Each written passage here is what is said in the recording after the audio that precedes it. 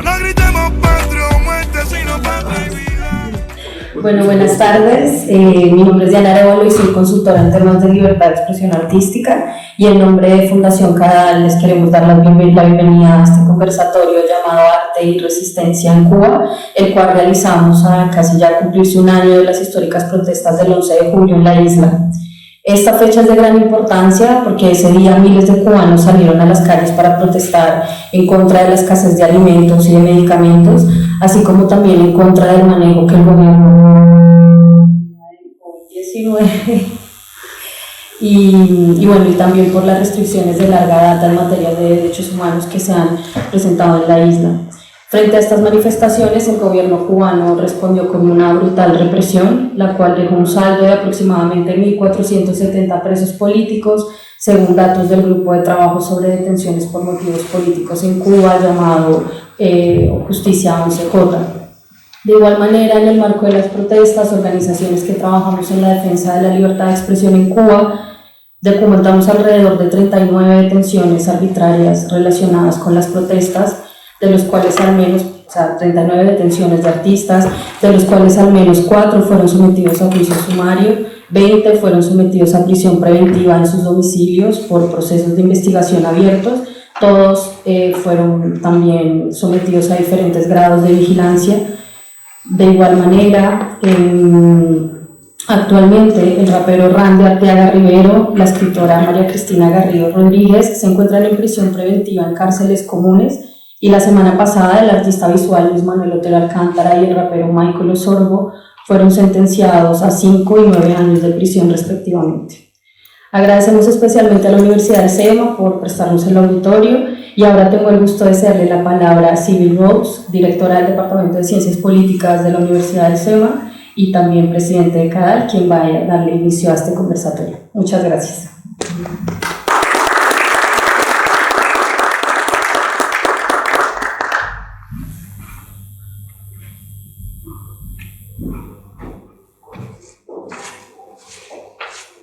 Muchas gracias, Diana.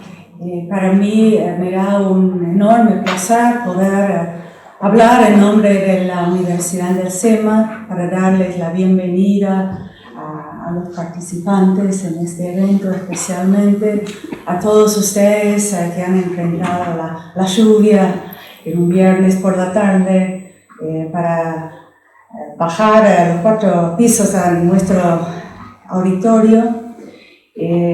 Creo que es de muchísima importancia que se hagan eventos como este, que hablemos de la situación en Cuba, y para mí, de nuevo agradecerles representando la UCEMA, pero también a mi querida Fundación Cadal, darles la bienvenida de nuevo. No quiero decir más porque estoy ansiosa para empezar a escuchar a los del panel, así que bueno, de nuevo, bienvenidos a todos, a todas. Diana, creo que vas a volver para moderar el evento. Sí.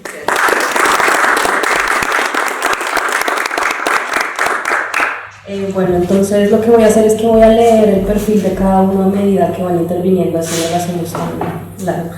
Comenzamos por Cecilia. Cecilia es coordinadora del proyecto de defensa de la libertad de expresión artística en CADAL, es magíster en Sociología de la Cultura y Análisis Cultural del Instituto de Altos Estudios Sociales de la Universidad de San Martín y es especialista en gestión política y en comunicación y cultura. Investiga y trabaja sobre derechos culturales y libertad de expresión artística en América Latina. Cecilia, bienvenida y gracias. Gracias, Diana. Ahí está bien. Preguntan los chicos del sonido. Sí. Bueno. Buenas tardes a todos. Voy a intentar ser breve, así que escribí lo que voy a decir para disciplinar mi propia verborragia. Entre 2019 y 2021, CADAL junto a la ONG danesa Freemuse monitoreamos la libertad de expresión artística en América Latina. En 2021 registramos y verificamos 378 casos de ataques a la libertad de expresión artística que incluyen asesinatos, detenciones, juicios, censura, acoso online, vandalización. De los 378 casos, 206 se registraron en Cuba. De los 378 casos regionales, 206 se registraron en Cuba. Uno de los datos que registramos es quiénes son responsables de los ataques. En la región, el Estado, en todos sus niveles, es uno de los actores principales. Y a ellos se suman las plataformas sociales y, lamentablemente, la sociedad civil, organizada o no, a partir de comunidades como, por ejemplo, iglesias o grupos de seguidores políticos. En Cuba, el responsable de los 206 casos es el Estado, incluyendo las fuerzas de seguridad, medios de comunicación e instituciones educativas. La pregunta más importante del monitoreo de la libertad de expresión artística para nosotros, y por ahí personalmente la más difícil, es por qué el ataque a la libertad de expresión artística. Y con Carolina hemos tenido algunas que otras conversaciones sobre los por qué. Tenemos que escuchar no solo los argumentos, que esos se registran, sino intentar entender las razones detrás de los argumentos. En América Latina vemos un creciente impacto de la intolerancia política que acompaña conocidas por posturas conservadoras. El contenido sobre derechos de la mujer y de la comunidad LGTBI sigue siendo muy rechazado. Podemos avanzar sobre los derechos, pero no lo podemos representar. En Cuba, de los 206 casos que registramos, 5 casos de censura se relacionaron a contenidos LGTBI, tanto en radio como en televisión, mientras que el resto de los ataques a artistas se produjeron por motivos políticos. Ya en los informes del país de CIH sobre Cuba en 2018 y en 2020, se marcaba la profunda intolerancia del régimen hacia quienes se atrevían a realizar la mínima crítica. Los ataques y la persecución contra artistas no se deben a que son un grupo movilizado y orgánico. Se debe a que el gobierno cubano es un gran dispositivo, para usar el concepto de Foucault, creador de sospechosos y de opositores. Para el gobierno, todo es disenso.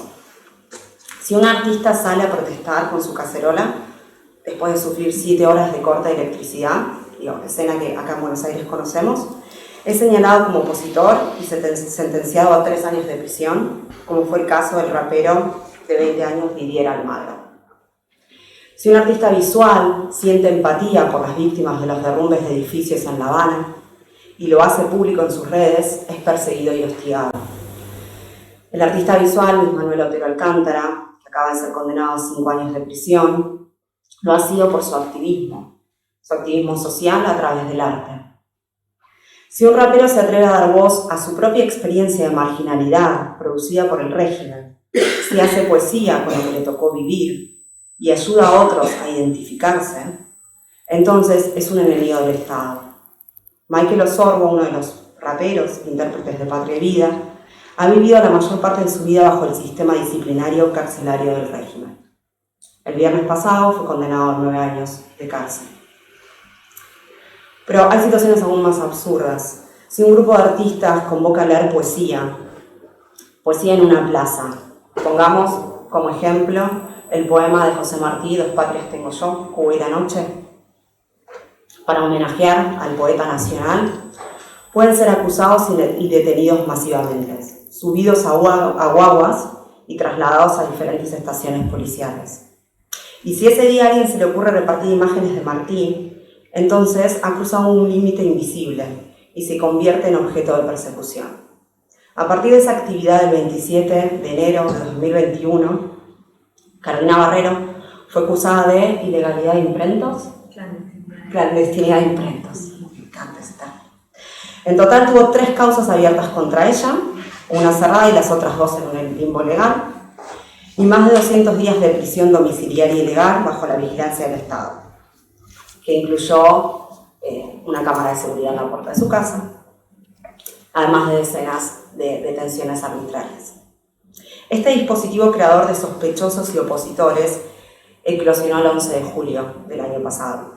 A partir de las protestas, los cubanos, todos los cubanos, son sospechosos y opositores. Si te quejas por la falta de comida, opositor. Alzás la voz porque tus hijos no tienen medicina, opositor. Acompañás a tu hermano en su juicio contra él, opositor. En CADAL trabajamos desde la creencia de que nos toca a nosotros describir la naturaleza del dispositivo y mostrarlo al mundo. Nos toca a nosotros como ciudadanos del mundo y como argentinos. conocer, describir y denunciar lo que Martí llamaría las entrañas del monstruo, en todos los niveles que podamos, a nivel regional, la CIH, en Naciones Unidas, en los medios, en las redes, y eso es lo que hacen mis colegas aquí presentes, Brian y Seth. Nos toca a nosotros, que tenemos necesidades más que satisfechas, digamos, nuestras necesidades satisfechas al lado de la vida del cubano de hoy es puro confort. Tenemos derechos y libertades. Y nos toca especialmente desde la Argentina, porque alguien lo hizo por nosotros en nuestra última dictadura. Alguien lo hizo por mí, que nací en la dictadura, lo hizo por mis padres, que vivieron más de una, por sus amigos desaparecidos, por los exiliados, por los que se quedaron con miedo, e inclusive lo hicieron por los que ni siquiera se enteraron de lo que estaba pasando. Este panel que me toca abrir es una acción en esa dirección.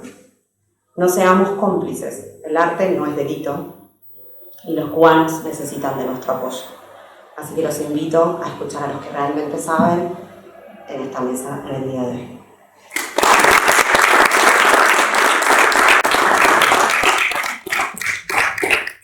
Gracias, Ceci. Ahora tengo el gusto de cederle la palabra a Ruth Yamit, es investigadora principal del CONICET y profesora de Ciencias Políticas de la Universidad Torcuato Di Tella.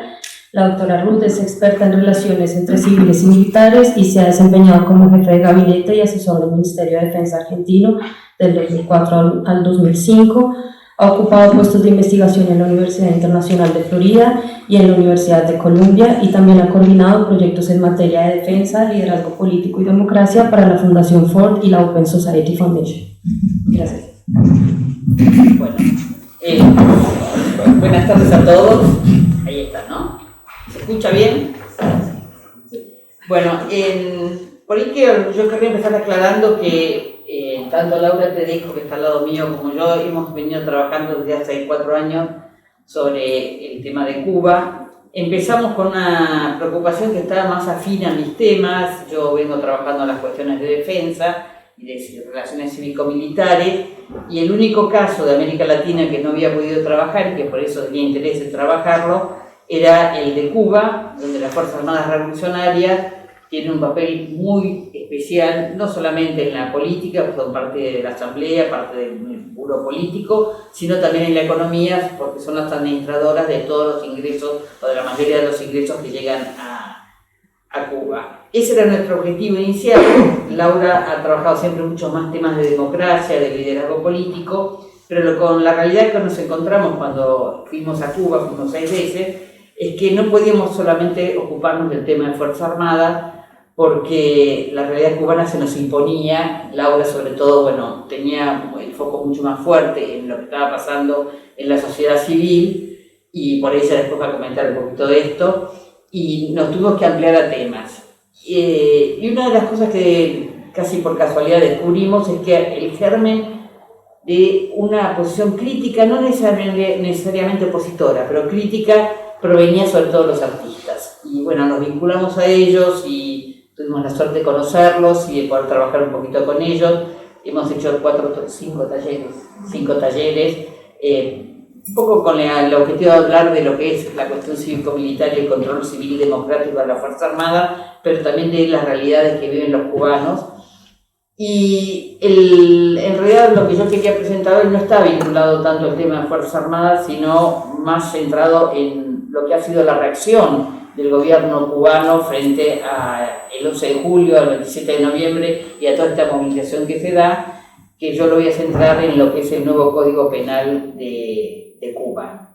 El primer secretario del Comité Central del Partido Comunista y presidente de la República, Miguel Díaz-Canel, en una reunión en el Palacio de la Revolución con los gobernadores de todo el país, donde analizó la difícil situación económica que atraviesa Cuba, dijo, y voy a citarlo: tenemos la convicción de que siempre vamos a vencer, aún en la peor de las situaciones.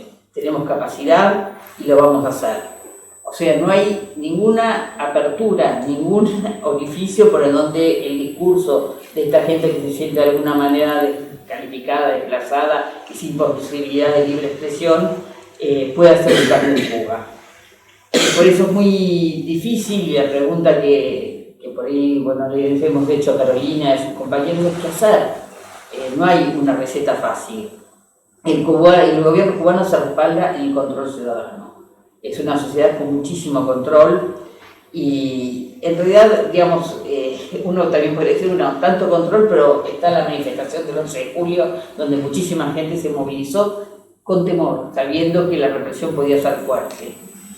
Después de las protestas, y esto me parece que también es importante para entender un poco la crítica que tenemos con respecto a lo que pasa desde Argentina, desde otros países de la región y de fuera de la región.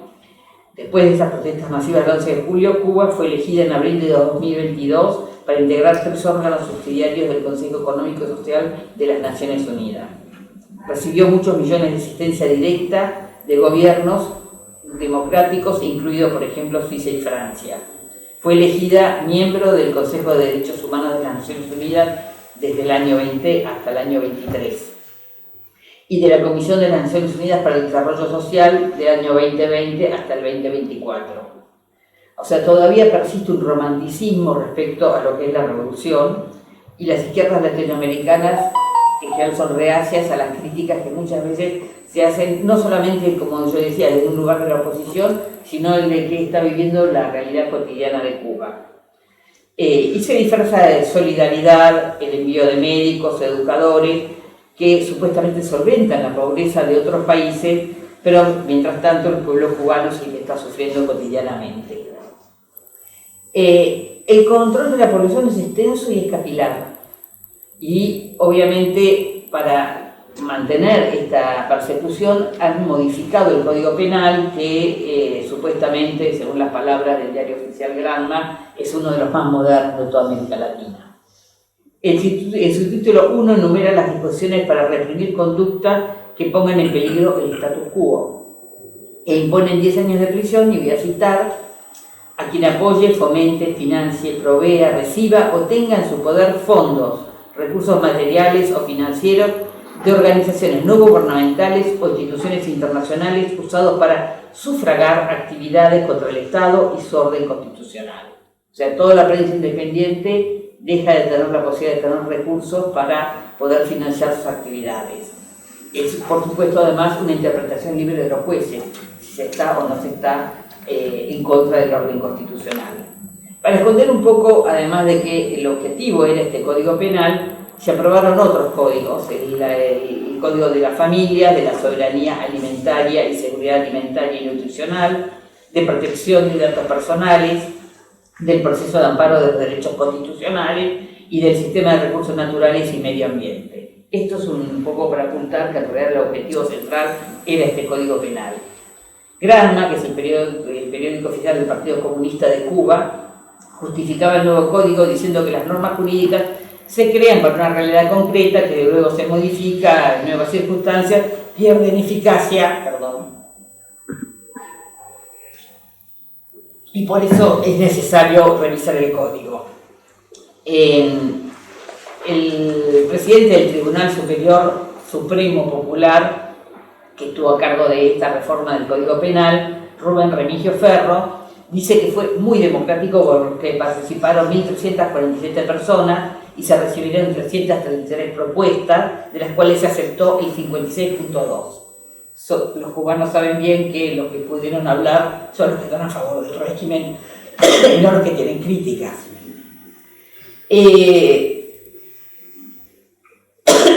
Perdón. Lo que nosotros estamos viendo aquí es que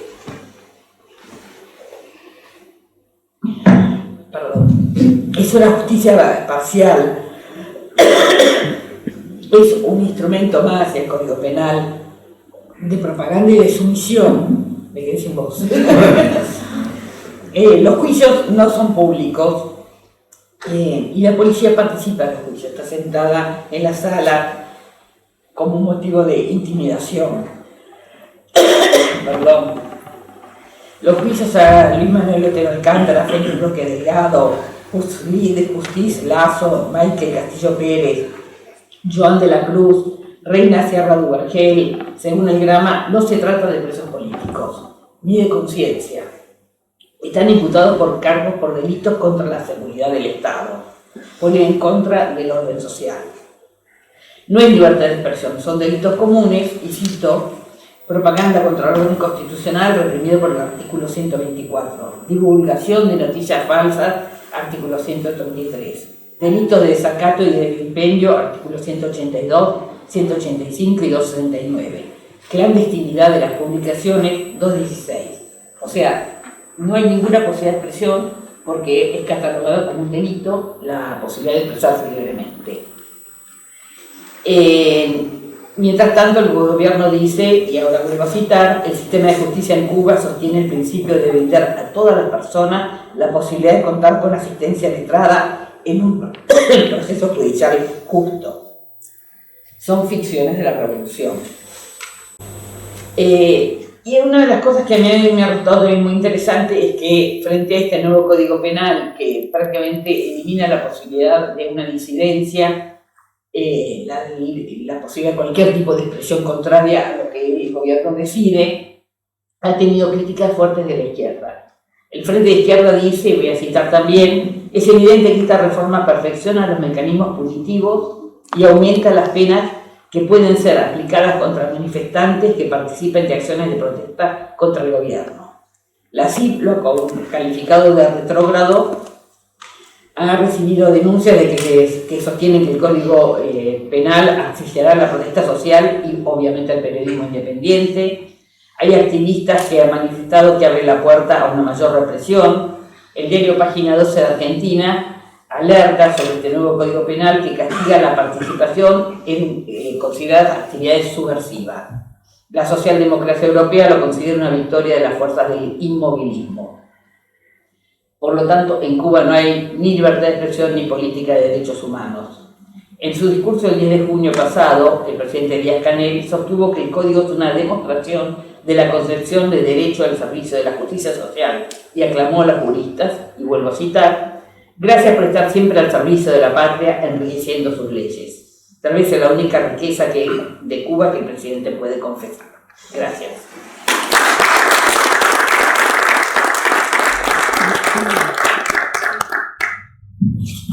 Gracias, Ruth. Ahora tengo el gusto de presentar a Laura Tedesco, es vicedecana de Humanidades y Ciencias Sociales de la St. Louis University Campus Madrid.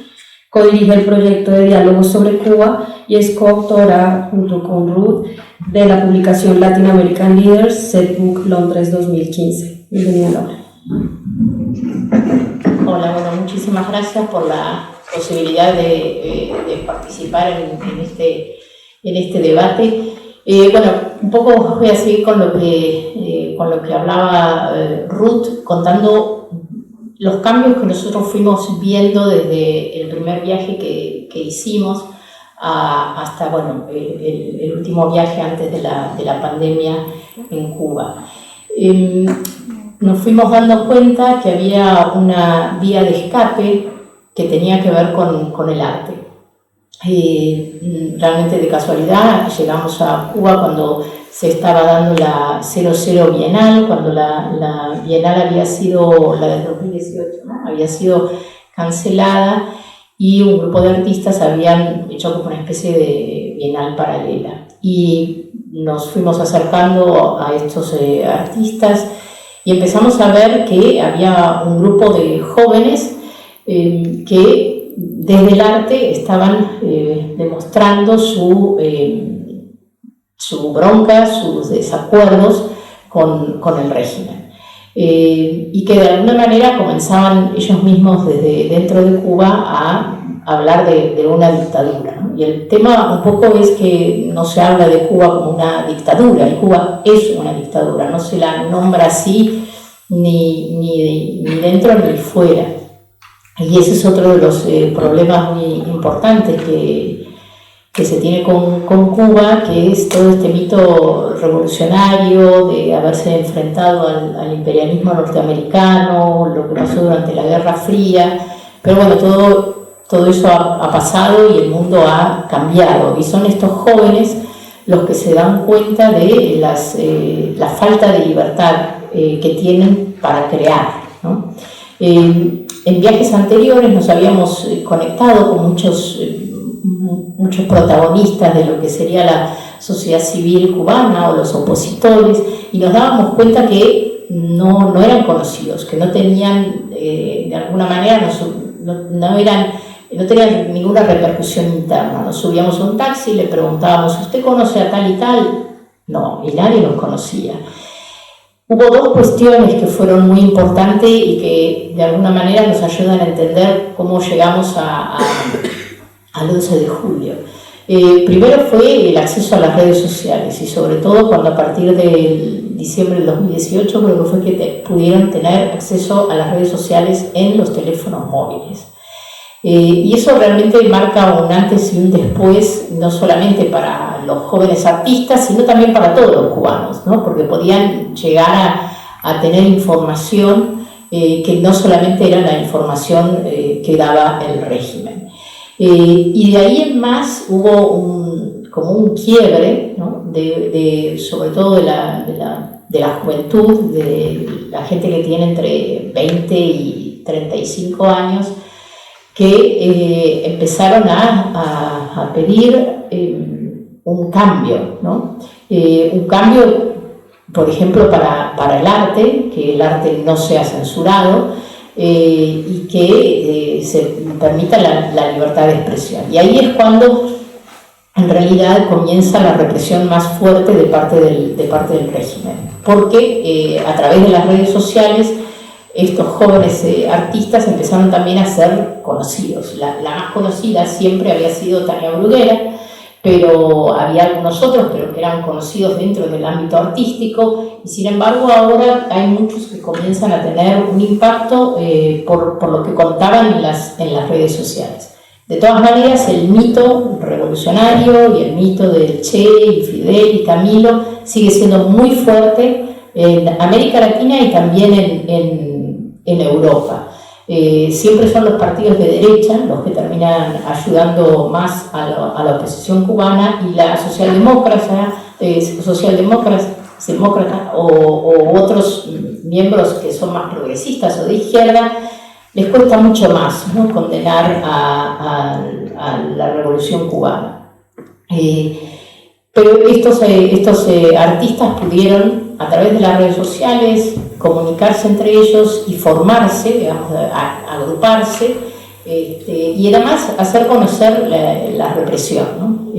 Si uno lo sigue por Twitter o por Facebook, entonces nos enteramos que Carolina estuvo encerrada 200 días, que al otro también le pusieron, que a Luz Escobar, por ejemplo, nunca la dejan salir y siempre tiene gente debajo de la seguridad de la seguridad del Estado y no los dejan salir. A ver, la información está ahí, ¿no? Y es un poco el que la quiera ver, la puede ver. Y en las obras de teatro que Ruth y yo fuimos a ver, que además íbamos sin ningún tipo íbamos a obras de teatro para verlas, no teníamos un conocimiento previo de lo que era lo que íbamos a escuchar. Nos dábamos cuenta que se estaban diciendo muchas cosas que eran muy críticas del régimen, que el público se reía, que el público participaba y que de alguna manera el público estaba de acuerdo con lo que se estaba diciendo. Y por eso creemos que el régimen se concentra en los jóvenes artistas, porque son los que de alguna manera comienzan a tener un impacto regional e internacional, y que son los primeros que levantan la voz hablando de que esto es una dictadura, de que no hay futuro en Cuba y que hay represión. Cuando nosotros hicimos muchas entrevistas y hay algunas frases que nos quedan marcadas, o sea, bueno, y una era que, bueno, que aquí en la Argentina y en otras dictaduras de América Latina había desaparecidos, había muertos, ¿no? Entonces una vez nos dijeron, bueno, en Cuba no te matan, pero no te dejan vivir. Y es un poco eso, ¿no? No te dejan expresarte, no te dejan pensar libremente, no te dejan hacer algo que sea diferente de lo que impone el régimen. Y no solamente tiene que ver con la persecución que puede venir de la seguridad del Estado, sino también de los propios vecinos, ¿no? Todos estos actos de repudio, todas estas personas que están vigilando a otras personas, que tiene que ver un poco con el miedo, pero también tiene que ver con acomodarse un poco a al régimen, ¿no? Y seguir de alguna manera tratando de tener unas pequeñas oportunidades, ¿no? El acceso a algunas cosas que no todos tienen. Hoy es un día bastante particular porque cuando hablamos del futuro de Cuba no sabemos muy bien qué es lo que va a pasar, no sabemos muy bien qué es lo que va a pasar cuando Raúl Castro ya no esté y de alguna manera la familia Castro ya no esté presente, pero bueno, supongo que si siguen el tema Cuba saben que se murió fue López Calleja, no se murió Castro. Bueno, ya le llegará también, pero se murió López Calleja, que es el hombre fuerte, que es el director del conglomerado Gaesa y que se supone que son los que tienen el mayor poder económico dentro de la isla, porque son las corporaciones militares que manejan toda la inversión extranjera, que manejan todo lo que tiene que ver con el turismo. Entonces se abren muchos interrogantes. El problema más grande que tiene Cuba yo creo que es el aislamiento regional e internacional, porque Cuba no es estratégicamente un país, digamos, que puede traer demasiados problemas. Es una isla que está en el Caribe, que está encerrada en sí misma, no es lo que fue durante la Guerra Fría, pero yo creo que se están abriendo algunas puertas y en este momento, claro, a los Estados Unidos quizás el tema Cuba no es prioritario porque el tema prioritario está por Ucrania. El tema más importante es qué va a pasar cuando se muera Raúl, ¿no? Y cómo se van a dar las distintas etapas. Y bueno, ahora que se ha muerto López Calleja, creo que se abren muchísimos interrogantes. Y con todo el respeto que le tenemos nosotras a los jóvenes artistas y todo lo que están haciendo y los sacrificios que están haciendo, no son políticos. Y entonces ahí hay una brecha bastante grande entre lo que es una oposición política que está afuera de la isla y un grupo de jóvenes artistas que están pidiendo cambio y libertad de expresión. Pero creo que hay muchos interrogantes, la dictadura va a seguir reprimiendo.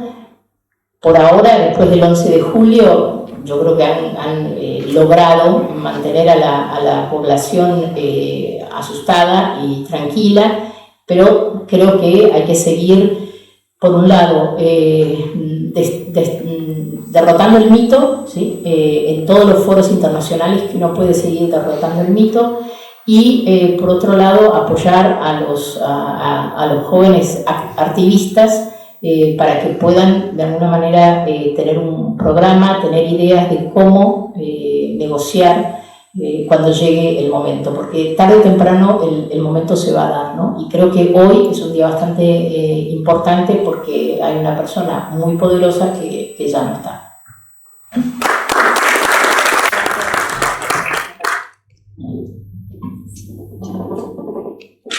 Gracias, Laura.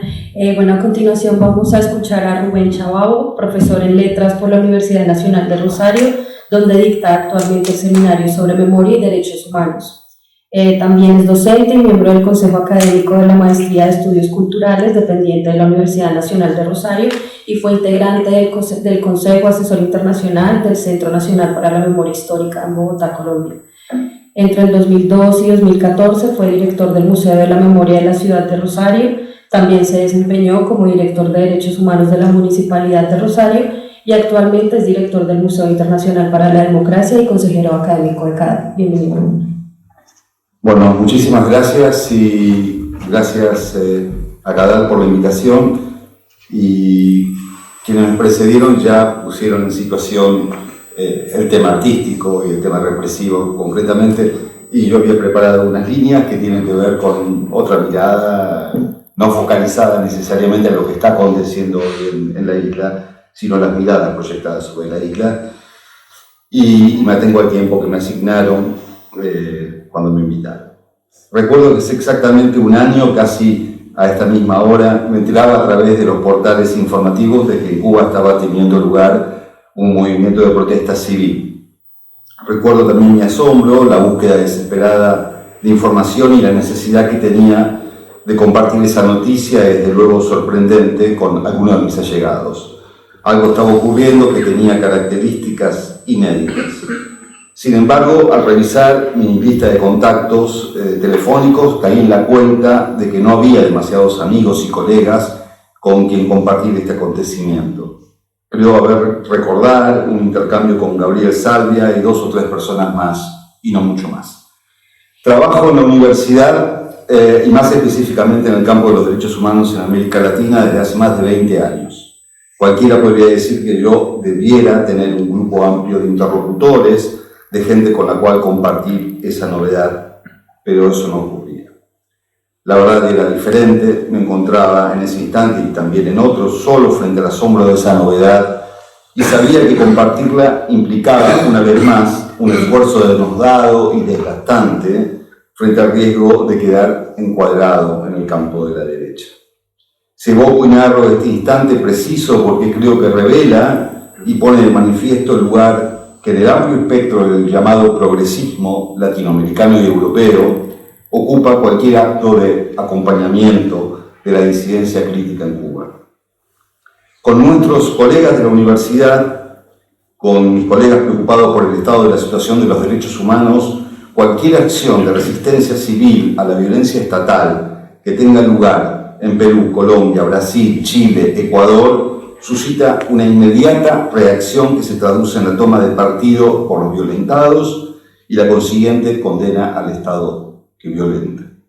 Hemos estado junto a la sociedad chilena y colombiana cuando Carabineros y la ESMAD de Duque desataron su furia desmedida en las calles de Santiago y Bogotá.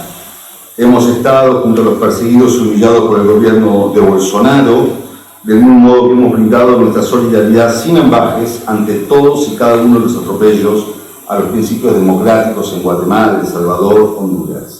Pero hay que reconocerlo, la represión, la violencia estatal, cuando ocurre en la isla de Cuba, es una acción que llega a ser justificada por el amplio campo progresista. Como si lo que allí ocurre en el universo de libertades y garantías básicas, como narraron mis compañeras, respondieran a lógicas y a principios singulares que no ameritan ninguna observación o condena alguna, como si la supuesta excepcionalidad cubana es algo que se reitera mucho, la de una sociedad sometida a un embargo sistemático por parte de los Estados Unidos, justificara cualquier atropello a la sociedad civil, como si el hecho de que el régimen se autodefina en clave antiimperial validara su estatuto antidemocrático y lo salvara de cualquier señalamiento, como si el otro imperialismo, el soviético o el ruso, el que le dio protección y amparo a la Revolución Cubana, fuera, por oposición, un imperialismo noble y justo en relación al norteamericano.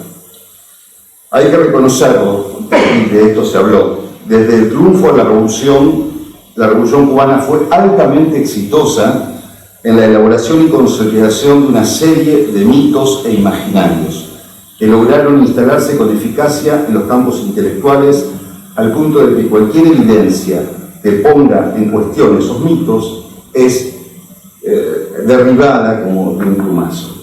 Desde la labor, y hago una enumeración, infatigable de Casa de las Américas, hasta la prédica melancólica de la trova cubana en las canciones de Silvio Rodríguez, desde los discursos de Fidel Castro y sus palomas casualmente posándose en su hombro, pasando por la gesta emancipadora del Che Guevara con su rostro vivo y muerto reproducido en barricadas y remeras, desde la multiplicación de imágenes de multitudes marchando cada 1 de mayo en la Plaza de la Revolución, hasta la insistencia en la idea de que la isla de Cuba era, antes de 1959, el gran prostíbulo del Caribe y una sociedad parecida en su desarrollo a la sociedad haitiana, todas estas imágenes e ideas, como pequeñas piezas de un prodigioso puzzle, contribuyeron eficazmente a consolidar la idea de que allí la deseada utopía estaba teniendo realmente lugar de un modo singular, único, y no como ocurría en las ya vetustas autocracias del este europeo.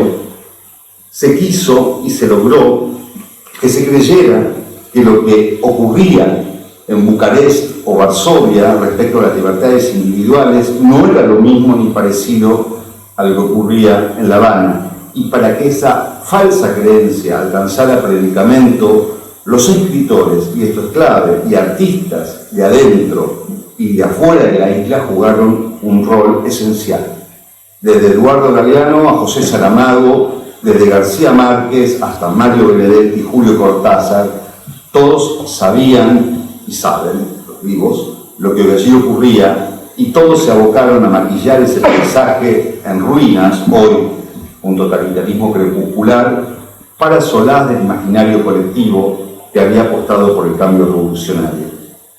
Desde mediados de la década del 60 en la isla de Cuba podía haber campos de concentración como los que denunciaba Reinaldo Arenas en sus memorias. Podía ejecutarse a los más fieles camaradas en juicios sumarísimos, como nombro alguno de esos, ¿no? Como le ocurrió en los finales de los 80 a Arnaldo Ochoa y a Tony de la Guardia. Podían acusarse y hostigarse a escritores, como en su momento le ocurrió, más famoso de ellos en los comienzos, a Heriberto Padilla, a Eliseo Diego o Virgilio Piñera. Podía vigilarse la vida cotidiana de cualquier ciudadano, como recién lo evocaban, a través de los comités de defensa de la revolución. Podía perseguirse y encarcelarse a las madres de los detenidos por razones políticas, como ocurría y como ocurre con las damas de blanco. Todo esto y un sinnúmero de situaciones injustas que podríamos seguir enumerando, pero ninguna de estas evidencias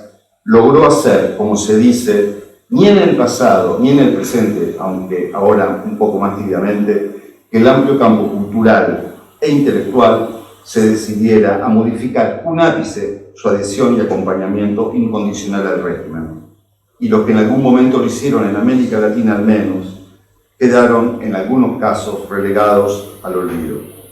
Y esto que narro para el caso cubano no responde a una lógica diferente respecto a lo que ocurre hoy para Venezuela o Nicaragua. Las otras sedes de la concreción, la utopía, que se desmoronan día a día al tiempo que permanecen a resguardo de las conciencias críticas, no hay más que escuchar las palabras de nuestro presidente en el día de ayer respecto a Venezuela. Y tampoco es diferente, digo, para poder hacer una liazón, una genealogía, lo que ocurrió en los años 50 del siglo pasado en Europa, cuando el Gulag se devoraba la vida de millones de personas frente al consentimiento de los más importantes intelectuales de la Big Wash, ¿no? Entre ellos, recordemos, Jean-Paul Sartre, quienes no dudaron, él y muchos de sus compañeros de la revista Combate, en señalar en su momento a Albert Camus como un agente al servicio imperial por el hecho de haberse atrevido a denunciar que en la Unión Soviética estaban sucediendo cosas como las que sucedían. Las páginas del hombre rebelde, ese ensayo fundamental para entender la lógica autoritaria bajo los regímenes comunistas, fueron lo más parecido a una lápida para el autor del extranjero, en su relación con el campo de la izquierda europea de su tiempo. En un excelente ensayo aparecido en los días posteriores a la revuelta del 2021, que aquí estamos evocando, Armando Chaguaceda reflexionaba en torno a la dificultad o resistencia a querer aceptar lo que ocurre en Cuba. Un análisis que pone su atención tanto en el campo interno cubano, es decir, en aquellos segmentos de la sociedad cubana que viven en la isla y que aceptan obedientemente por diferentes motivos el estado de cosas, como en el campo externo, allí donde es fundamentalmente la academia la que se esfuerza en sostener una barrera, como él la llama, visual, que impide procesar lo que realmente allí ocurre. Chaguaceda dice en este ensayo que la construcción de esta barrera visual tiene, entre otras, una explicación clara, y que tal vez sea, entre otras, que de atreverse a quebrar esa barrera, los intelectuales orgánicos al ideal revolucionario se verían necesariamente forzados a evaluar la realidad y el discurso oficial cubano con los mismos criterios con que suelen juzgar otras realidades cercanas. Algo entonces que los obligaría a posicionarse de modo menos complaciente o condescendiente con el régimen cubano. También dice Chaguaceda que no ver lo que ocurre en Cuba tiene sus beneficios para buena parte de estos intelectuales, y que estos beneficios son, entre otros, el de ser invitados a formar parte de cónclaves, seminarios, jurados, publicaciones, bienales, es decir, a gozar de las prebendas de las que desde hace años disfrutan aquellos que han elegido pertenecer al campo artístico y académico identificado con el progresismo europeo y latinoamericano.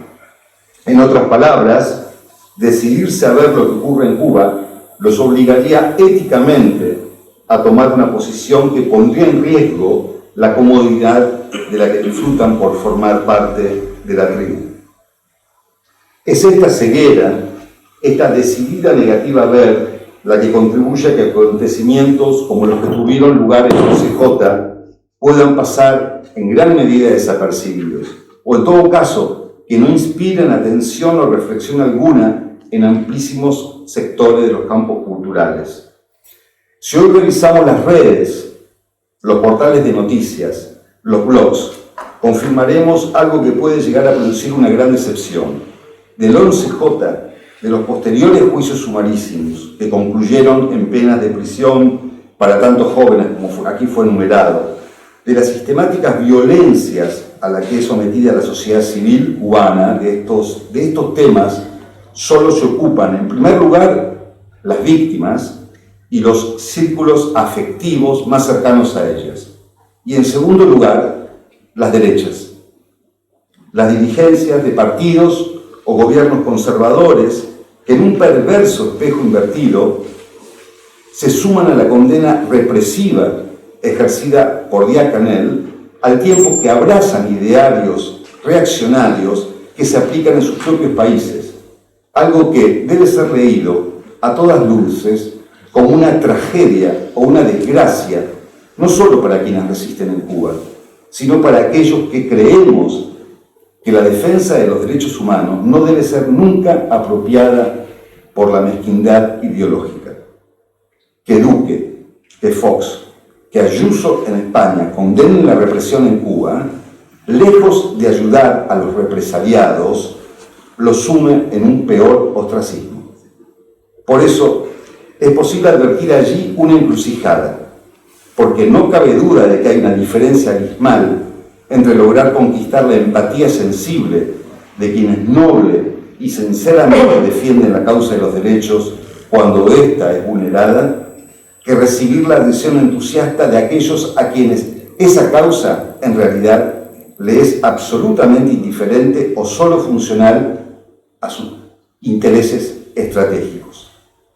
Y es en este punto en donde izquierdas y derechas, no solo para el caso cubano, ensayan conductas similares, cuando no idénticas, al denunciar en unos casos y mostrar plena indiferencia entre otros.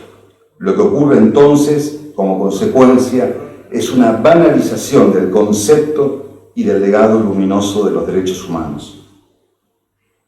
Para finalizar, hace solo unos días atrás me encontré en una reunión en torno a una mesa, junto a Gabriel, en la que la mayoría eran extranjeros. Estaba sentado en torno a esa mesa Carolina Barrero, una perseguida del régimen cubano, y Julián Santos y su compañera Laura, refugiados en nuestro país como consecuencia del hostigamiento del gobierno actual colombiano. Yo los escuchaba hablar, todos venían de realidades sociales y políticas muy diferentes.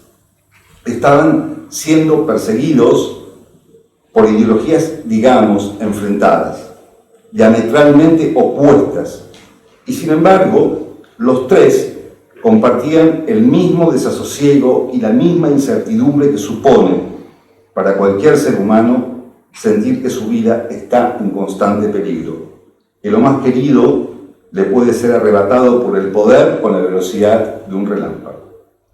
Esa mesa compartida que aquí evoco ponía en escena el drama, no solo cubano y colombiano, que esas personas encarnaban, sino de este siglo XXI, en el que cada día que pasa Las barreras entre las ideologías en su relación con las libertades y garantías individuales y públicas se vuelven cada vez más porosas, en la que ya todos podemos ser, cada vez más, como diría Zygmunt Bauman, enemigos, sospechosos, merecedores de castigo o de exilio por el solo hecho de enunciar nuestras ideas. Cuando concluyó ese almuerzo le pregunté a Carolina si pensaba que algo habría de ocurrir en la isla este próximo 11 de julio. Me miró como quien escucha una pregunta que sabe de antemano que no tiene respuesta, y entonces me atreví a decirle, no sé si para consuelo suyo o mío, le dije, ocurrirá, seguro que ocurrirá, si no es un 11 será un 20 y si no cualquier otro día, pero ocurrirá porque tiene que ocurrir algo. Y entonces recordé aquella frase de León Trotsky, cuando decía, hace más de un siglo atrás, que una chispa, una pequeña chispa, basta para encender la pradera. Y entonces nosotros podríamos agregar que aquel 11J que hoy evocamos aquí, en este lugar, la chispa entonces fue encendida, y que solo resta que contribuyamos, entre todos, en el lugar que estemos, de manera solidaria con quienes resisten en Cuba, para que el fuego primigenio que esos artistas encendieron y esa sociedad encendió aquel día de hace ya un año no se extinga.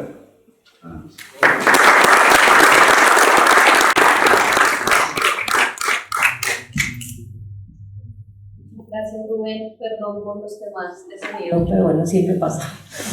Sí. Bueno, ahora le damos la palabra a Carolina. Es historiadora de arte y activista, defensora de los derechos humanos. También formó parte del movimiento de protestas que desafió al régimen totalitario de Cuba en el 2021 como miembro del movimiento 27L, conformado por artistas independientes. Previamente trabajó en galerías de arte en Madrid, incluyendo Travesía 4 y El Benítez, y en el Centro de Arte Contemporáneo Wilfredo Lam en La Habana, Cuba. Tiene un MBA en Instituciones y Empresas Culturales por la Universidad Complutense de Madrid y fue becaria en el Museo del Prado. También Carolina ha publicado diferentes artículos en numerosas revistas y periódicos artísticos como The Art Newspaper, Artist Shock, El Estornudo, Rialta e Hipermedia Magazine. Bienvenida, Carolina. Bueno, gracias a la Universidad UCEMA por invitarnos. Gracias especialmente a CADAL, y aprovecho para hacer una mención que parece importante. CADAL ha sido una fundación que desde hace 20 años ha apoyado a la resistencia cubana, quizás como ninguna otra fundación en América Latina. Hoy aquí hemos referido el sesgo especialmente de la izquierda latinoamericana para reconocer a la dictadura cubana y a los crímenes y las violaciones de derechos humanos. Pero lo cierto es que también hemos tenido muchos amigos y hemos tenido mucha solidaridad, y probablemente haya sido CADAL una de esas organizaciones que con más tenacidad no nos ha abandonado, y yo quería tener más palabras para reconocerlo. Agradezco muy especialmente también a todos los panelistas hoy aquí, Rubén, Cecilia, Ruth, Laura, que nos han acompañado todo este tiempo y a cuyas palabras yo ya poco tengo que añadir. Ellos han contado y han reflejado muy bien varios de los dramas y de los conflictos esenciales que atravesamos en Cuba. Estamos aquí a casi un año del 11J. En 10 días se van a cumplir esa fecha. Tantas veces los cubanos soñamos con eso, tantas veces nos lo echaron en cara, nos decían cosas como, bueno, pero ustedes no salen a la calle a protestar, o como si eso, ¿no?, fuera, y sucedió. Yo recuerdo incluso que unos meses antes de que pasara, mi padre, yo estaba en arresto domiciliario, me decía, Carolina, aquí nadie se va a mover, eso no va a suceder. Y yo le reprochaba, mi padre además es bayamés, todo el que sepa la historia de Cuba sabe que Bayamo es la cuna de la rebeldía, donde empezó la independencia. La bayamesa fue himno nacional, y en Bayamo también se compuso el propio himno nacional. Vayamos a una de las pocas ciudades del mundo que puede decir que prefirió darle candela a la ciudad antes de que volvieran los españoles. En ese caso era tiempo de la colonia. Y mi padre me decía algo como eso, yo le decía, no papá, la rebeldía, yo creo, ¿no? Eso fue 2 meses antes. Y esa rebeldía y esa chispa, como decía Rubén, terminó por eclosionar. ¿Y de qué manera? ¿De qué manera? Yo creo que nadie, y ni siquiera yo, podía imaginarla. Y todavía creo algo más importante, y por eso estamos hoy aquí.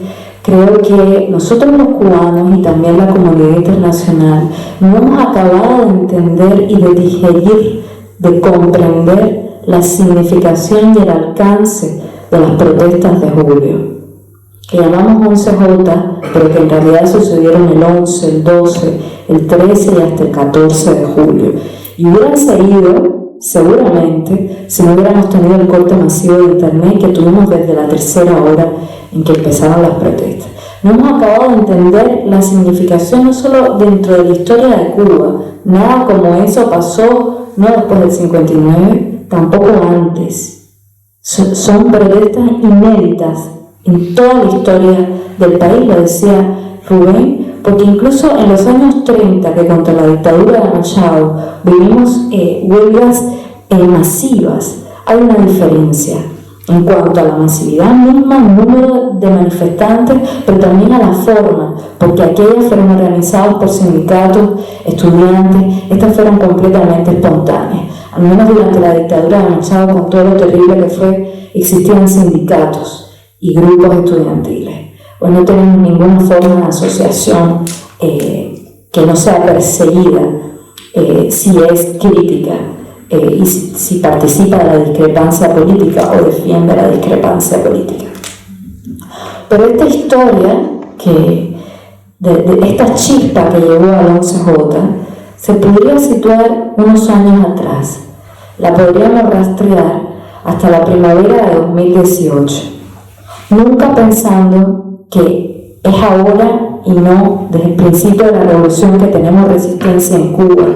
Y esto es muy importante para mi generación, para los estudiantes, para los artistas que han formado parte de este movimiento de protesta, y es el reconocimiento a todos los momentos de resistencia dentro de Cuba, porque resistencia a la dictadura hemos tenido desde el 1 de enero de 1959. Alguna comisión de la verdad tendrá que revisar los miles de fusilados sin juicio que tuvimos en esos primeros años. En la cabaña, quienes la han visitado o vayan en el futuro, les invito a mirar los huecos de las balas de esos fusilamientos que muchos hicieron sin juicio, la inmensa mayoría, y que entre otros tenían la firma de Ernesto Guevara. Hace unos días yo estuve en Córdoba, en la ciudad donde nació Ernesto Guevara, y tuve el privilegio de ir al Museo Internacional de la Democracia y de ver algunas grabaciones de los juicios de las juntas. Creo que lo vi hasta el final todo lo que pude. Encontraba en cada uno de los testimonios de las víctimas, pero también de los victimarios, una similitud impresionante. Y pensaba cómo en una ciudad donde esta memoria está tan cercana, donde hay un museo dedicado a la democracia, que se pueden ver estos testimonios, esta realidad de la opresión y del terror del Estado que no tiene signo político. Hay una violencia del Estado, un patrón que está más allá de la ideología y que es común a todas las formas de opresión. ¿Cómo puede esto estar aquí y convivir a metros de distancia con una plaza que elogia a un hombre que también firmó papeles para que otros fueran fusilados sin juicio? Eso es parte del sesgo, tremendo sesgo ideológico, ¿no? De las izquierdas latinoamericanas, y que además ha sido realmente la razón de mi viaje. Hago esta mención porque me parece importante reivindicar que resistencia a las dictaduras hemos tenido siempre, y quería hacer una mención de algunas de sus víctimas y de sus victimarios.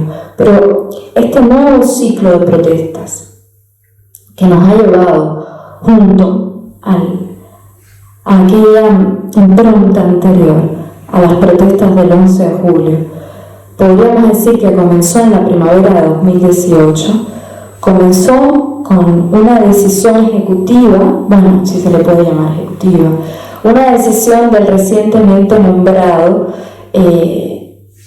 dictador por su antecesor Raúl Castro, que iba directamente a condenar la libertad de creación artística, más que la libertad de expresión, hacia la creación artística en sí, a la esencia de la creación y al grupo, el control sobre el grupo de los artistas. El decreto 349 fue la primera decisión de Díaz-Canel y probablemente fuese su más grande error.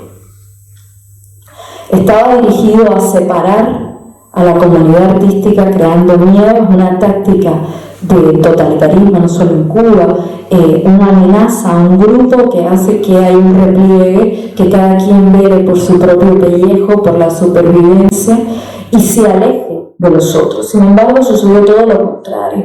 Este decreto unió a la comunidad artística como nunca antes. El arte en Cuba siempre también ha sido contestatario, pero formas de ensayar protesta que unieran a buena parte de la comunidad, ahora comenzó siendo algo también inédito a ese nivel, ¿no? Los ensayos fueron algunos por la vía burocrática, es decir, la entrega de cartas, de firmas pidiendo la derogación, y otros empezaron siendo protestas en espacio público a partir del uso de la performance. Yatana Bruguera había intentado una performance en 2014 frente a la Plaza de la Revolución, se llamó Susurro de Tatlin, que consistía en poner un micrófono en la plaza. Ella lo había hecho antes en la Bienal de La Habana, pero esta vez no era dentro de una institución artística, sino era en un espacio cívico, la Plaza de la Revolución. Y en lugar del micrófono está del lado de el dictador, como normalmente ha estado, los discursos famosos de Fidel Castro, de tantas horas de Raúl, donde la gente solo podía aplaudir y gritar consignas, punto, ¿no?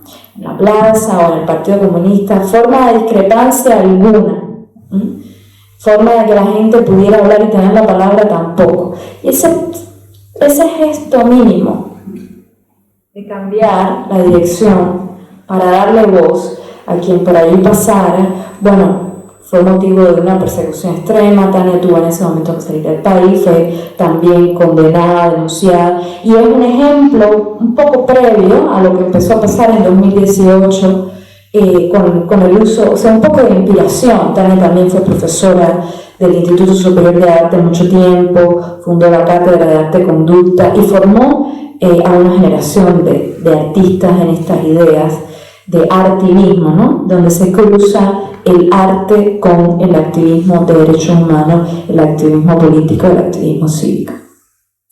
Y en ese 2018, la forma de protesta pública que usaba la performance encontró, sobre todo en artistas que luego en ese septiembre conformaron el movimiento San Isidro, una forma de expresión que inspiró y supo inspirar no solo a otros artistas, sino a toda la ciudadanía. Con el uso amplificado, lo amplificado que a ese mensaje amplificaba las redes sociales, poder emitir videos en vivo. Recuerdo ahora otra performance que cambió completamente la lógica y la forma en la que la ciudadanía cubana se relacionaba con el poder. Y es una performance que Luis Manuel Otero Alcántara, que hoy está en prisión, realizó junto a Yanelis Núñez, historiadora del arte, hoy exiliada en Madrid frente al Capitolio, que es la Asamblea Nacional, en la que no sucede nada, es un contenedor vacío, nadie se reúne a discutir absolutamente nada, pero bueno, está ahí. Y si tuviéramos democracia, ahí debería de ser la sede de la ciudadanía, ¿no? Ellos se llenaron de excremento humano, inmediatamente fueron detenidos y bueno, las consecuencias de todo su activismo están en esa condena a Luis Manuel de 5 años y en el exilio de Anheli. Pero eso cambió todo porque nos dio a quienes observábamos, a toda la ciudadanía cubana, la sensación de posibilidad, verlo por primera vez en tanto tiempo, ¿no? Rompió una barrera de imposibilidad y de hastío con la que siempre los regímenes autoritarios han contado. Eso, amplificar la denuncia, si teníamos un policía frente de casa, lo podíamos grabar. Había evidencias de la represión. No solo eran 4, como la propaganda del régimen siempre ha querido hacer ver, ¿no? 4 pagados por el imperio. No, o sea, ahí está el represor dando golpes. Las damas de blanco, que desde 2003 reivindican la libertad en ese momento de los prisioneros de los presos de la Primavera Negra, que eran activistas Alberto Varela y también periodistas, durante ya 2 décadas. Han estado marchando casi todo, no digo todos los domingos, pero algunos años, la mayor parte de esos domingos, y recibiendo golpes, muchas veces sin que no haya evidencia o algo que lo reporte. Algunas de esas damas de blanco incluso hoy están presas, llevan 4 años en prisión. Cicia Abascal es una de ellas, Aymara Nieto. Ese proceso que empezó en 2018 con un ciclo de protestas que le podríamos llamar contra el 349, muy rápidamente se desbordó a toda la ciudadanía.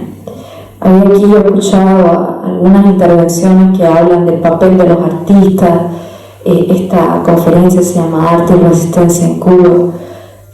Los artistas han sido un motor impulsor, una chispa, pero los verdaderos protagonistas han sido los cubanos, la ciudadanía cubana y muy en particular los jóvenes cubanos. Esos jóvenes que salieron el 11 de julio y que probablemente saliendo a marchar, saliendo a protestar, haya sido la primera vez en su vida que hayan asumido una posición política.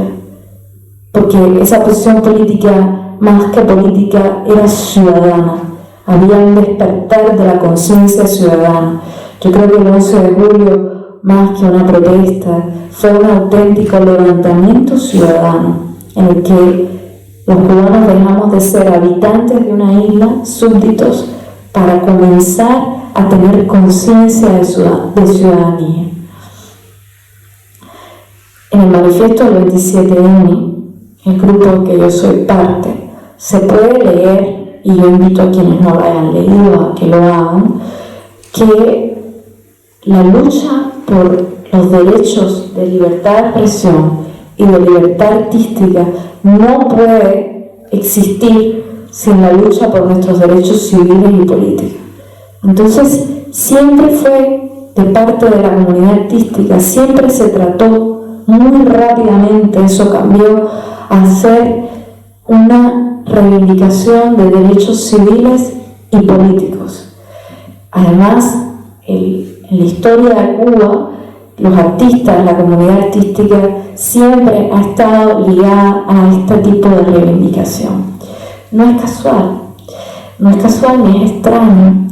Jean-Martí, que era un poeta, preparó una guerra que terminó con el colonialismo, la guerra del 95, desde el exilio además. La protesta de los 13, que estaba hecha por intelectuales en los años 20, fue muy importante en ese momento.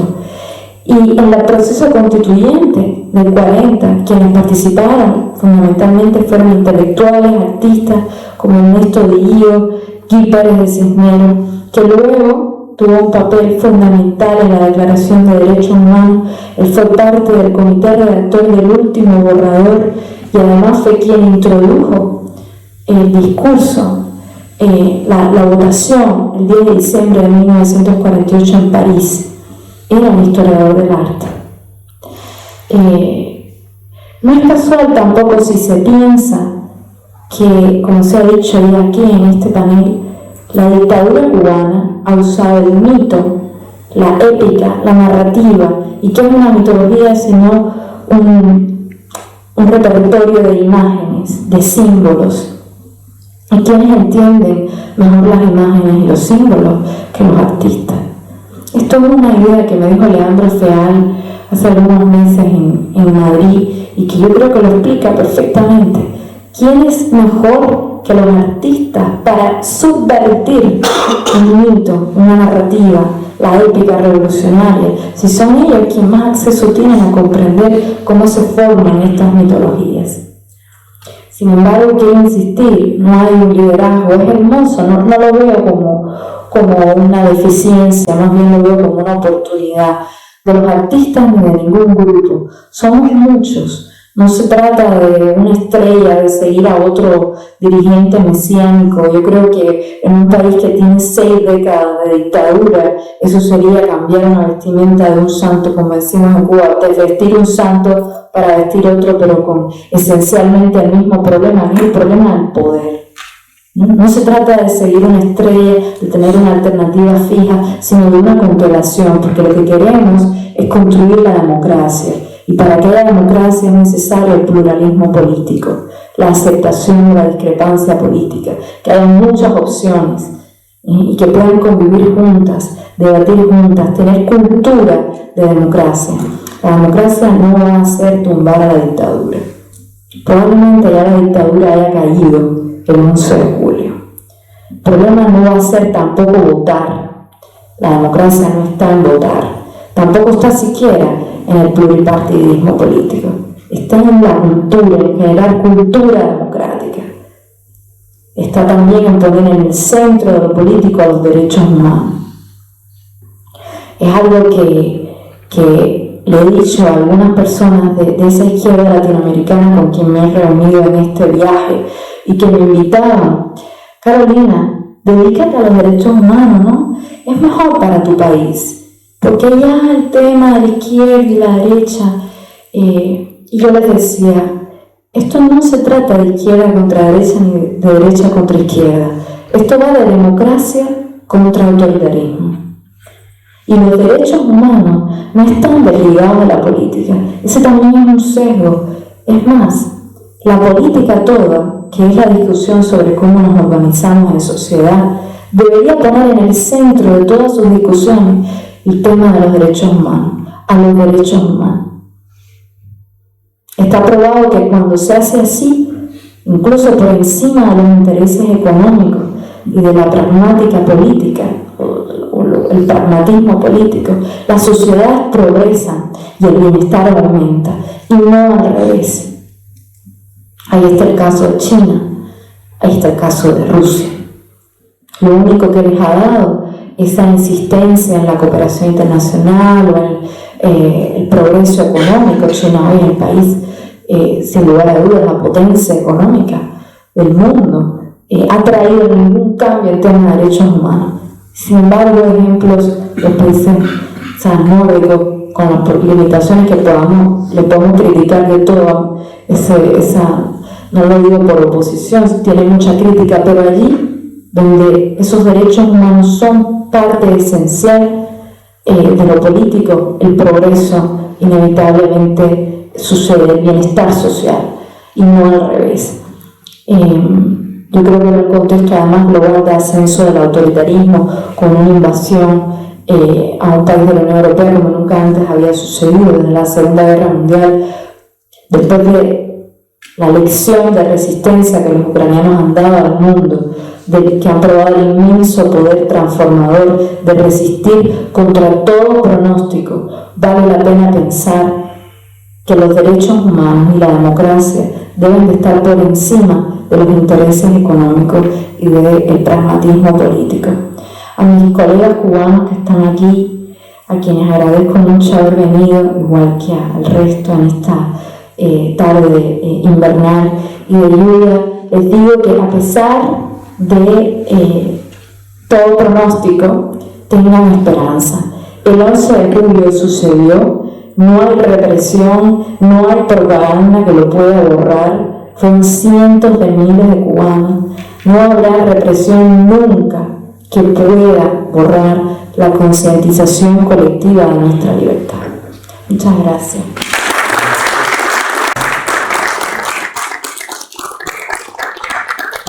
Gracias, Carolina, por esa cronología sobre arte y resistencia tan importante, que creo que explica mucho el por qué es todo lo que está sucediendo y el involucramiento de los artistas en todo este proceso.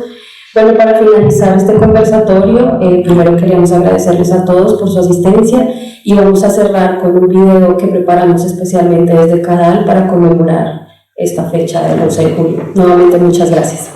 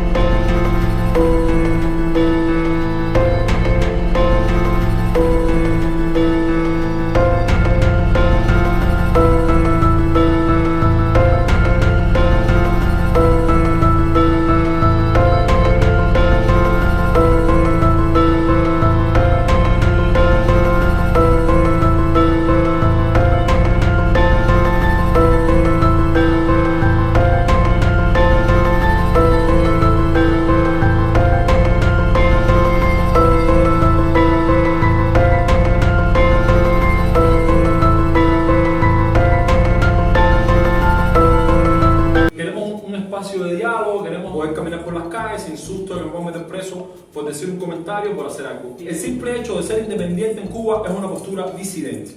Cuba ser disidente es lacra, peste, alejado de la sociedad y el sistema se encarga con todo su armamento, tanto psicológico como físico, de desplazarte.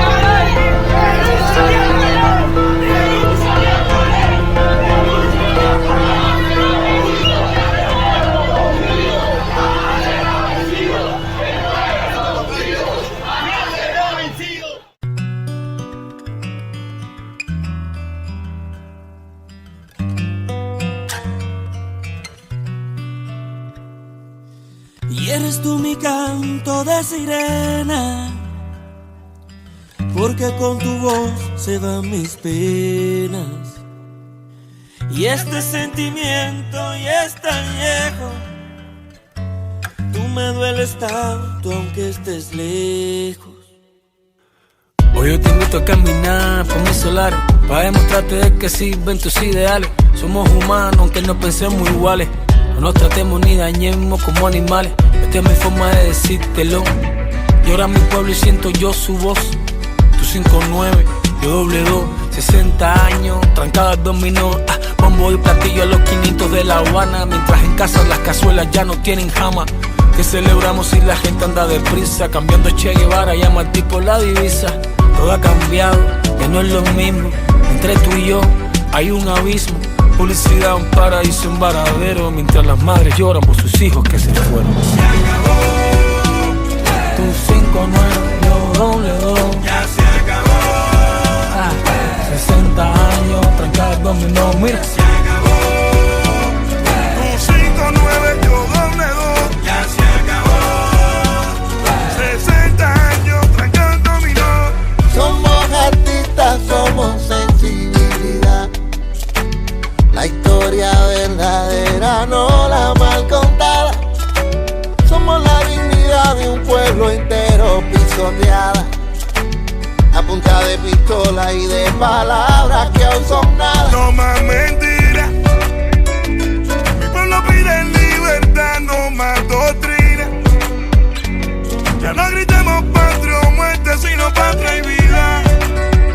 Y empezar a construir lo que soñamos, lo que destruyeron con su mano. Que no siga corriendo la sangre por querer pensar diferente. ¿Quién le dijo que Cuba es de ustedes? Si mi Cuba es de toda mi gente. Se acabó. Ya se venció tu tiempo, se rompió el silencio. Ya se acabó. Ya se acabó la risa y el llanto ya está corriendo. Se acabó. Y no tenemos miedo, se acabó el engaño. Ya se acabó. Ay, es un 62 haciendo daño. Aquí vivimos con la incertidumbre del pasado plantado, 15 amigos puestos, listos pa' morirnos, izamos la bandera todavía. La represión del régimen al día. Anameli Ramos firme con su poesía. Omar Arrijuquiola dándonos aliento de vida. Rompieron nuestra puerta, violaron nuestro templo. Y el mundo está consciente de que el movimiento San Isidro continúa seguimos puesto. en la misma, la seguridad metiendo prisma. Esas cosas a mí como me indignan. Se acabó el enigma de esa tu revolución maligna. Soy Funky Style y aquí tienen mi firma. Y ustedes están sobrando, ya no les queda nada, ya se van bajando. El pueblo se cansó de estar aguantando. Un nuevo amanecer estamos esperando.